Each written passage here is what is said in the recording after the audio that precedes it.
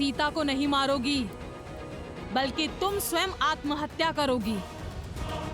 भूल गई लंकेश का आदेश? महाराज का सम्मान उनके आदेश से बड़ा नहीं। आज पहली बार महाराज युद्ध में अपना सम्मान खोकर आए हैं, वो भी इस सीता के कारण। महाराज का मान और सम्मान धराशायी हुआ है। महाराज के अजय रथ को इसके पति उस वनवासी ने चूर चूर कर डाला। मेरी मानो, समाप्त कर डालो इसे, मत बचाओ इसे।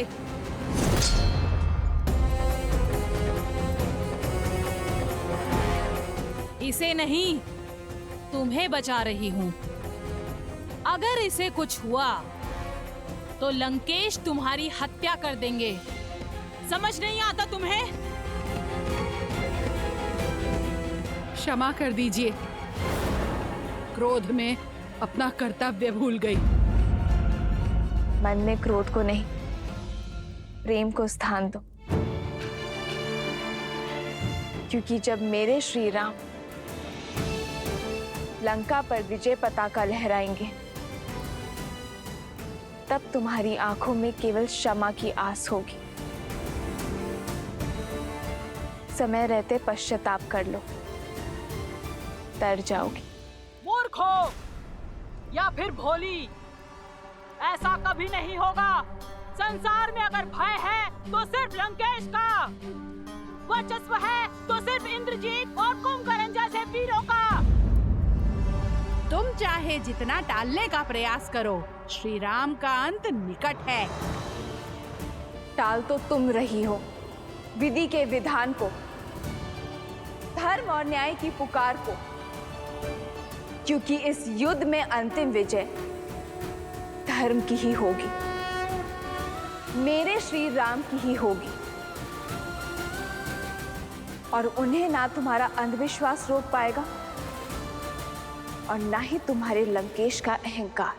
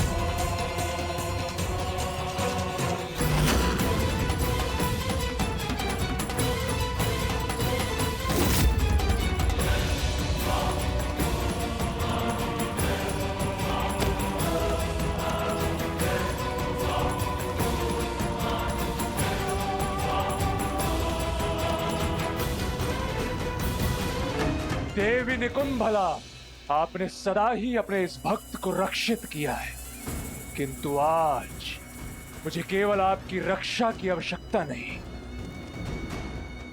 मुझे आपसे वो बल चाहिए जिससे मेरे शत्रु की रक्षा कोई भी ना कर पाए। और उसके लिए मुझे आपके पिशाचों की सेना की आवश्यकता है देवी।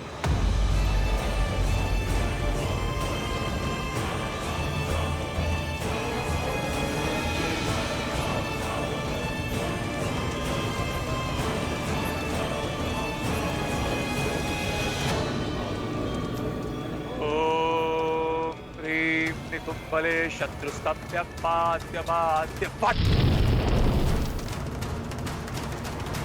ओम ह्रीं निकुंभले सर्वशत्रुस्तंभ्य बाद्य बाद्य फट।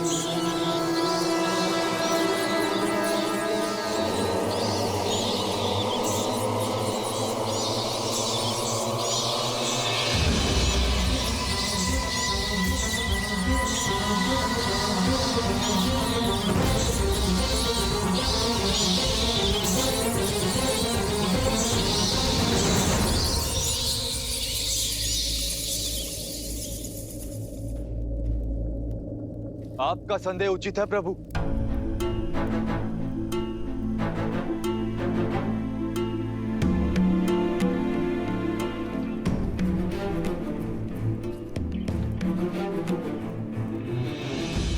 दशानन ना अपमान फूलते और ना ही प्रतिशोध। और आज उनके पास दोनों ही कारण हैं। आपसे हार कर लौटे और इंद्रजीत घायल है। ऐसे में ये मौन आने वाले बवंडर का संकेत। मेरा अनुभव कहता है कि दशानन शांत नहीं बैठेंगे। अंधकार का लाभ उठाकर रात्रि में माया युद्ध का शंखनाद करेंगे।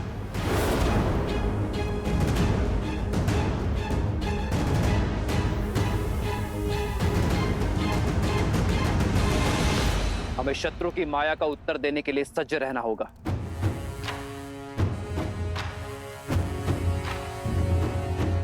बताइए विभीषण, हमारी सेना को सतर्क कीजिए। राक्षस रात्रि के अंधकार में क्या क्या माया खेल खेलते हैं।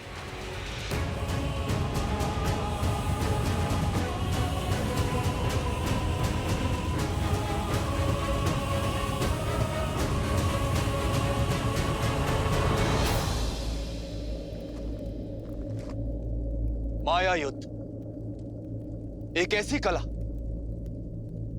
जो आप सबकी सोच से भी अधिक भयावह है। अब तक आपने युद्ध भूमि में जो भी देखा वो केवल एक प्रस्तावना थी। माया का महाग्रंथ बहुत बड़ा है। माया के प्रयोग से राक्षस अपनी इच्छा से कोई भी रूप धारण कर सकते, प्रकृति को प्रकोप में बदल सकते। चक्रवात, आंधी, मेघ, वर्षा, किसी को भी अपना अस्त्र बना सकते। माया केवल एक शक्ति नहीं, माया एक रणनीति भी है, जिसका उद्देश्य युद्ध से पहले ही अपने शत्रु की आस और साहस को तोड़ना। आप जिस पर प्रहार करेंगे वो शत्रु आपके समक्ष होगा ही नहीं, होगी तो केवल माया। वो ऐसे मंत्रों का जाप करेंगे जिनसे भय, भ्रम और उन्माद जन्म लेते। भूतों और पिशाचों का सहयोग मिलता है उन्हें। इसलिए माया युद्ध को कम आंकने की भूल ना करें। दशानन हर युद्ध केवल बल से नहीं जीते, माया का बहुत बड़ा सहयोग लिया है उन्होंने। आपका परम मित्र माया के वश में आकर आप पर प्रहार कर सकता है।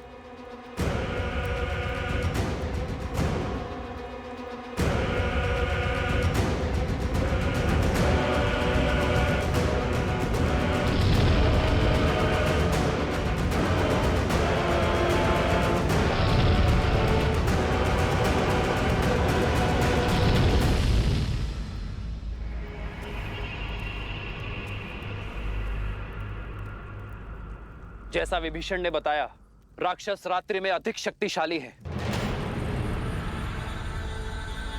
इसलिए हम उन पर रात्रि में प्रहार करने से बचेंगे। किंतु यदि शत्रु ने प्रहार किया तो हम अपने संपूर्ण बल के साथ शत्रु के प्रहार का उत्तर देंगे। आक्रोश, जोश, क्रोध का ये क्षण है अति विरोध। हनुमान, जामवन जी, सुग्रीव, केसरी जी, नल, नील और अंगद, बाकी सेनापतियों के साथ हमारे सुदूर फैले शिविर के भिन्न भिन्न क्षेत्रों में सज रहेंगे।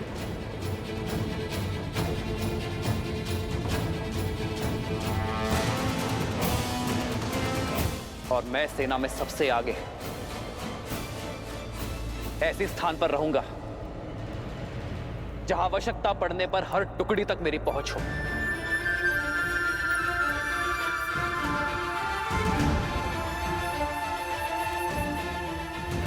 यह धर्म युद्ध है, इसीलिए कठिन होना सहज है, पर अंततः विजय हमारी होगी।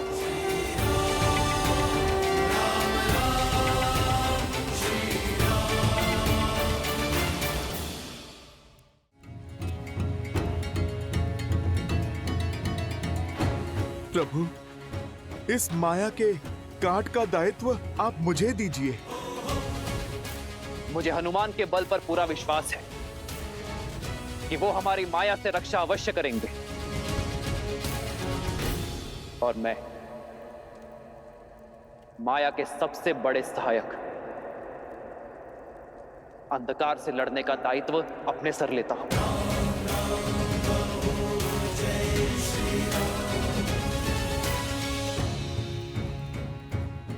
हम अंधकार का नाश प्रकाश से करेंगे,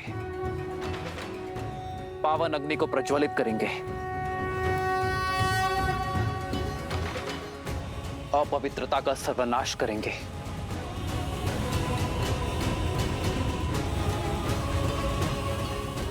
लक्ष्मण। जी भैया। अग्नेयास्त्र का आवाहन करने के लिए सज्ज रहना। हमें किसी भी क्षण आकाश से अंधकार का आवरण हटाने की आवश्यकता पड़ सकती है। और हाँ, माया के किसी भी संकेत को अनदेखा मत करना। जो आज्ञा भैया।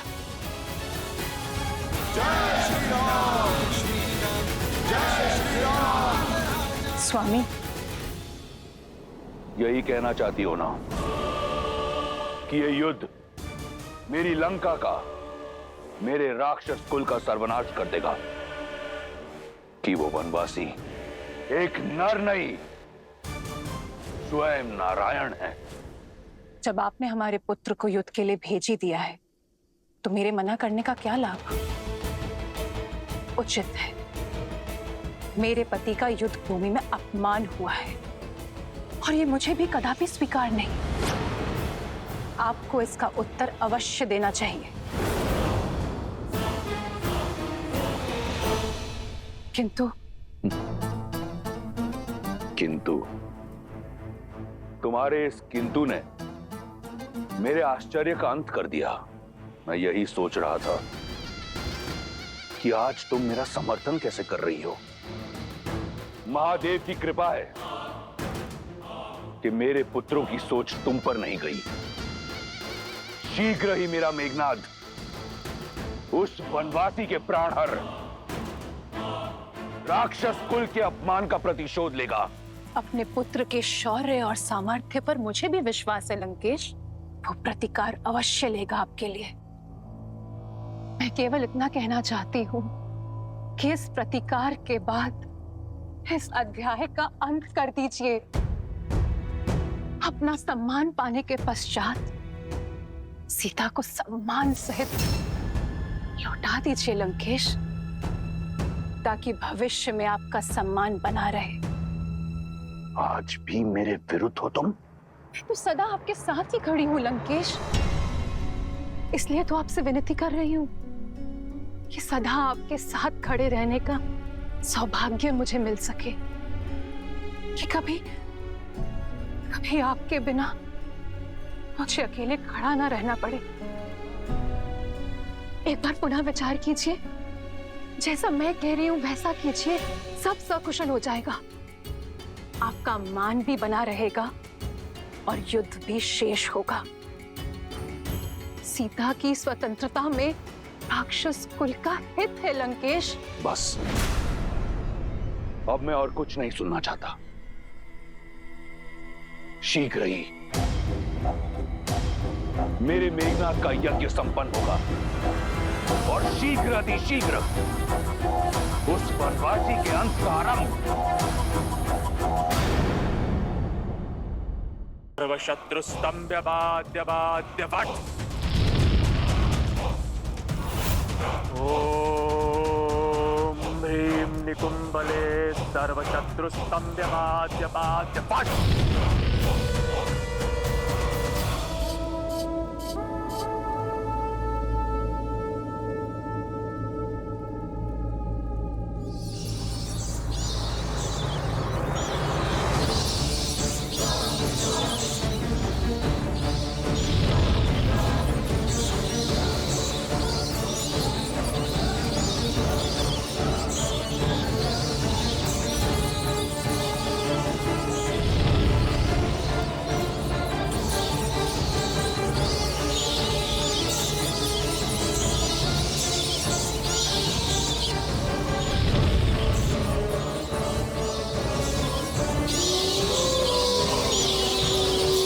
ये तो सियारों के रुझान की आवाज है।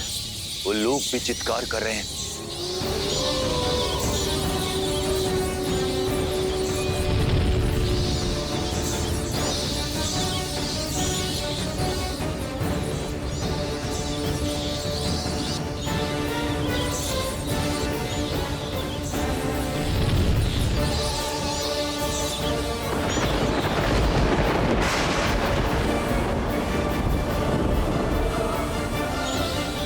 गिद्धों का आसपास मंडराना,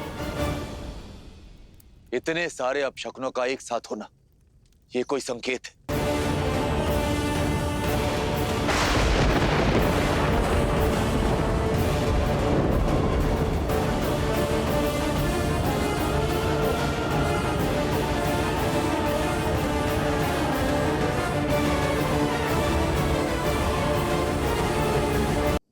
वीरों, अपने इंद्रियों को सतर्क रखना, शरीर को युद्ध के लिए सज्ज रखना। बस भयभीत ना होना।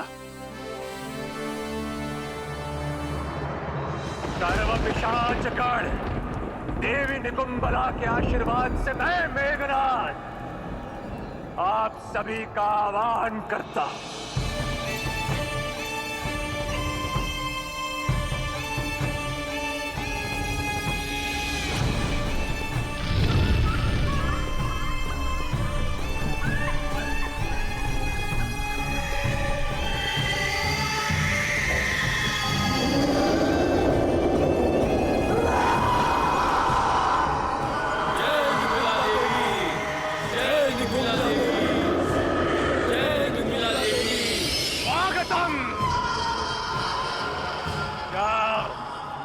और उस राम और लक्ष्मण पर प्रहार करो। मध्यरात्रि तक उन दोनों को व्यस्त रखो। चलो।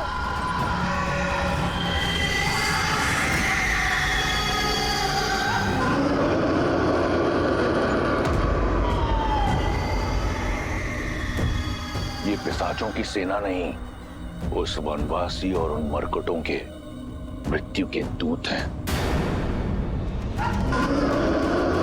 ये उनकी ध्वनि नहीं, मेरी जीत का शंखनाद है।